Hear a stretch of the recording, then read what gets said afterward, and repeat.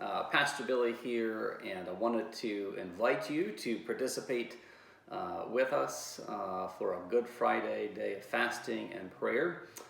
Cornerstone, along with a number of churches, are calling for a day set aside Good Friday to fast and to pray. And as Cornerstone, to my knowledge, at least recently, hasn't called for a day of fasting, I thought I'd share just a few pastoral thoughts on how you might prepare yourself for this day of fasting. So thought number one is this: make a plan. We are calling for a 20-hour fast, so that's Friday at noon until Saturday at 8 a.m.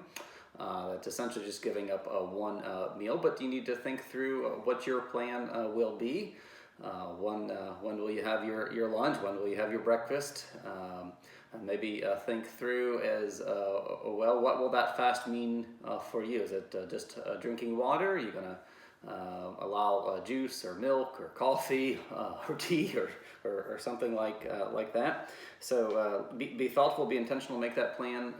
Those of you who have older kids at home need to help them to think through what that will mean for them as well. And maybe children who can't participate in fasting from food might be guided to fast from something else. I think my only encouragement to you would be, let's not be forceful with this. We want a good Christian spirit of a willing fast. So number one is make a plan. Number two, be prayerful.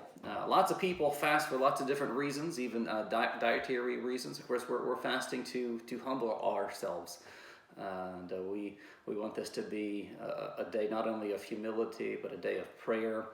And seems to me there's two general kinds of prayers that we would be participating in. One would be those specific set aside kind of times to pray. That's maybe prayer by yourself or prayer with your family or with others over Zoom.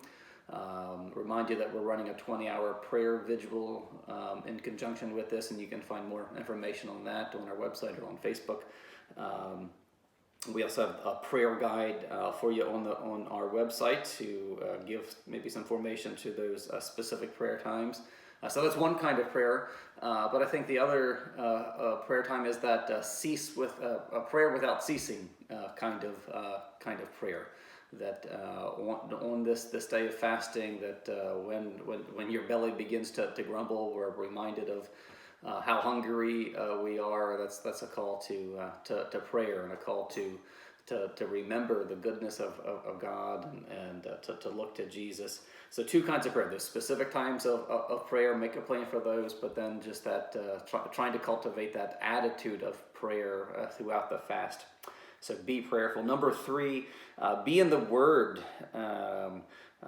Maybe think through what kind of scriptures, what kind of where we go in the Bible to fill your heart and feed your soul in the midst of this. Maybe praying through some of those Psalms of Lament we were talking about on Sunday in the sermon. Maybe it's going through the Passion narratives. That's the story of the last days of Jesus' life, and Matthew, Mark, Luke, and John. Maybe you make a commitment just to read through those, but be in the Word and have a plan for how you'll be in the Word, and again, by yourself or maybe with others as well. And last thing I'd want to say to you is just give yourself grace. Give yourself grace. I'm amazed at these times that I set aside for just day-long prayer for myself, and how often I'm reminded of how unspiritual I am, of how prone I am to distraction. I think we need to prepare for that. Give yourself grace. Give yourself grace. If you've never run more than a mile in your life before, it's going to be hard to run a marathon. So let's give ourselves grace.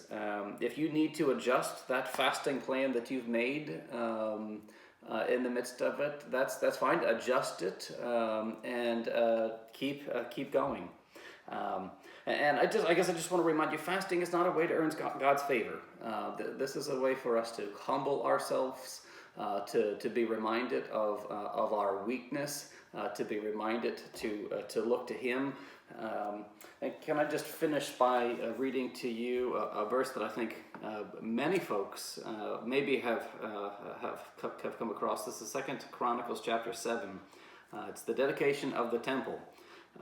Solomon has just finished dedicating the temple, and the Lord appears to him in a vision. He says this, 2 Chronicles 7, beginning in verse 13, "When I shut up the heavens, so there is no rain, or command the locust to devour the land, or send pestilence among my people, if my people, who are called by my name, humble themselves, and pray, and seek my face, and turn from their wicked ways, then I will hear from heaven, and will forgive their sin, and heal their land." So you see the invitation there. Even in the midst of a time of great celebration, the dedication of the temple, God was looking forward to these seasons like we're in, a season of pestilence, and a call for God's people, that's you and I, to humble ourselves. I want to remind you, Good Friday, 6:30 p.m. is our live stream Good Friday service. Then, of course, we'll be celebrating Easter Sunday, 10 a.m. live stream as well.